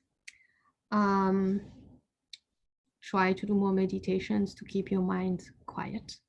Sexual desires, especially, should be contained. Don't have too much sex. If you want to have sex spontaneously, by all means, go and enjoy it, but don't overdo it. Stay warm, avoid the cold by insulating your house, by wearing the appropriate clothes. And if you can, use Moxibustion. So thank you for all your attentions. If you have any questions, please type them now. And while you're typing them, the questions, I will answer to a first question that I got by email. So this question is, I have a 6-month-old baby. In addition to the things you'll discuss for our health, is there any advice you have for babies? So usually the advice that I have given, like food-wise, babies shouldn't eat like tomatoes or cucumbers or raw food and so on in the winter. Baby always anyway sleeps longer, so that's okay. You should always cover the feet and the back and the abdomen of the baby. For 6-month-old baby, at that age, the baby is really small. So unless there's an issue with the baby, and in this case, I would advise you to see a healthcare professional. In Chinese medicine, we also treat babies. We don't do acupuncture on babies. It's mainly massage and lifestyle and dietary recommendations, and sometimes herbs. I can see babies too. It's mainly massage that we teach the parent to do the massage on the baby, because the massage should be done quite regularly, almost every day. So typically I would show the parents how to do the massage while doing it on the baby, and then the parents would do them at home, and then they would change either some food recommendations or lifestyle recommendations. Usually for baby that small at 6 months, I would say the best is focus on the caregiver's health. Or if the mother is still breastfeeding, focus on the mother's health. Because if the parent is healthy and emotionally stable, then the baby would be healthier and more stable emotionally. Not sure if I think somebody had typed questions. Yes. Okay. Are pickled and fermented food in the winter? Yes, they are, because pickled and fermented foods, if they are more fermented than pickled, because they have probiotics, which would help with your intestine's health, which is your first defense, immune defense with the skin. So it's good for the winter too. Do leftovers lose the properties of heat they originally had? No, as long as you reheat them. It's true that because you put them in the fridge, then they would be cold. So afterwards, you have to reheat them again to put more heat. I have headaches when I wake up. Is that a winter issue?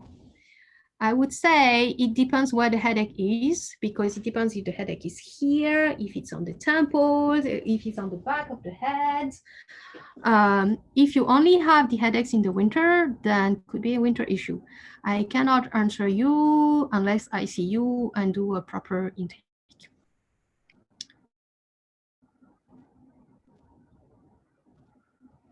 Do you have any more questions? Thank you for being there until 8:30. Sorry, my presentation was supposed to be only 1 hour, but was a bit longer. Thank you. So if you want, will you be posting this? You mean the slides? Yes. I will. I'll try to make the slides available. I just want to make sure that all the images that I used, I have the rights. I need to put like more links or things like that. But yes, I will try to post it as much as I can. So anyway, let's keep in touch. If you have any questions, you can write me to this email. This is my website, dameacupuncture.com. If you want to see me, I work at 2 clinics, the Toronto Integrative Medicine Center, which is the professional clinic of the Ontario Traditional Chinese Medicine, which is in Toronto at Spadina in Dundas. Yes, at Spadina in Dundas. And I also work at Yoga Mamas in the beaches in Leslieville in Queen Street East. You can Google those. If you want to study Chinese medicine or you have any questions in our programs, you could write at this email, admissions@octcm.com. And I would ask you please to give me feedback on this presentation because it's the first time I do a presentation. Thank you for being very patient because it's the first time I do something on Zoom meetings. So thank you for your patience on me not doing the slides properly and things like that. So for feedback, I would ask you to go on this website or use that QR code here. So please give me your feedbacks. If you want the slides or you want anything, either write your email in the feedbacks, or if not, write to me at this email address. And okay, I have a colleague, Jessica, who just wrote something in the comments. She's the admissions coordinator at OCTCM. Please feel free to contact her. And Jessica, I think I will hand over the presentation to you if people want to talk to you. And oh, hi everybody. I recognize some names. Jessica, you can, it's yours now. Okay, sorry, I was like, is this you giving it over? So hello, yes, I did leave some information down in the chat there, but my name is Jessica and I'm the admissions coordinator for OCTCM.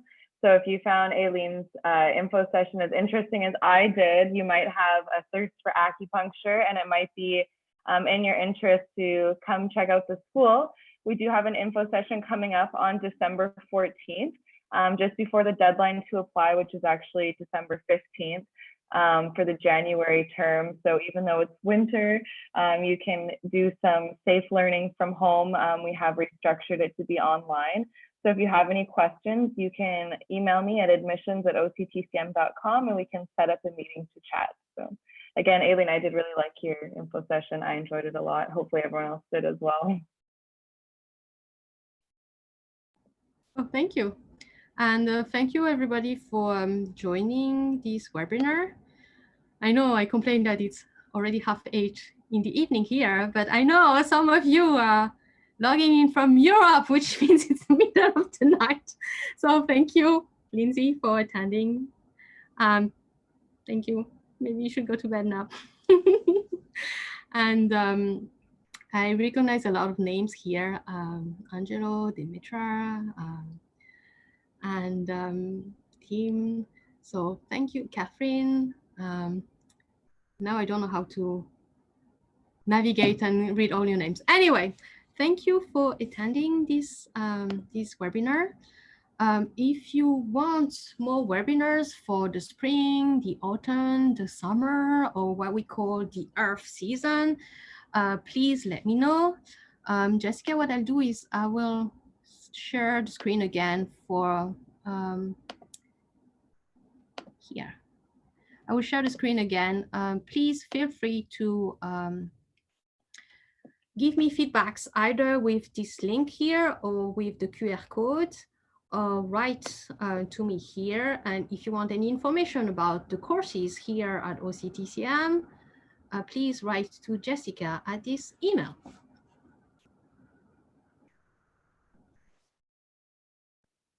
And I will leave it a few minutes before I need to close this meeting because the building is going to close now. I'm still at OCTCM.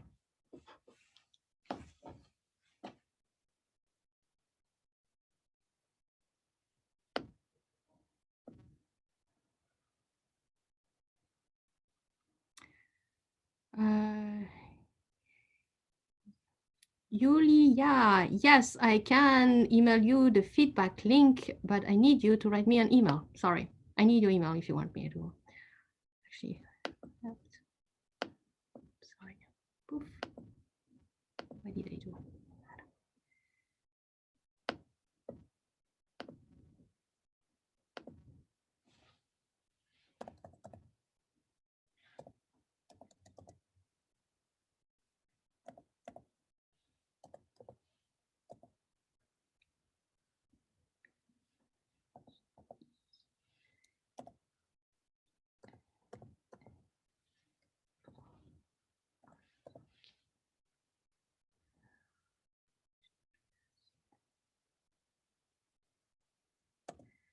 So in the comments, that should be the feedback link.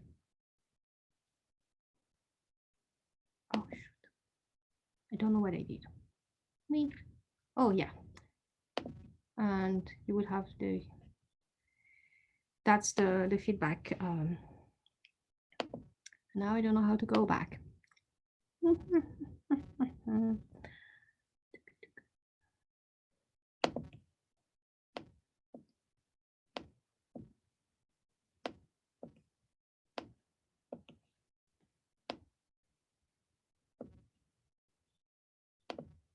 Okay.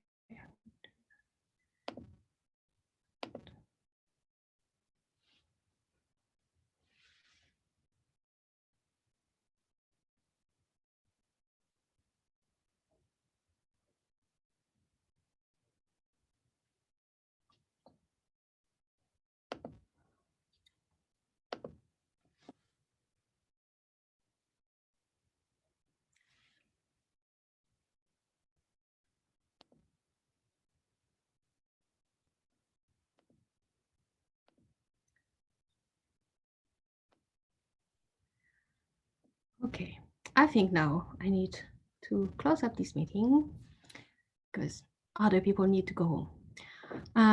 Thank you again for attending this webinar. You have all the emails here on the screen, aline@damacupuncture.com, admissions@octcm.com. Feel free to contact us if you need anything, and I wish you a happy and healthy winter. Now, have a nice evening and try to go to bed early tonight. Bye.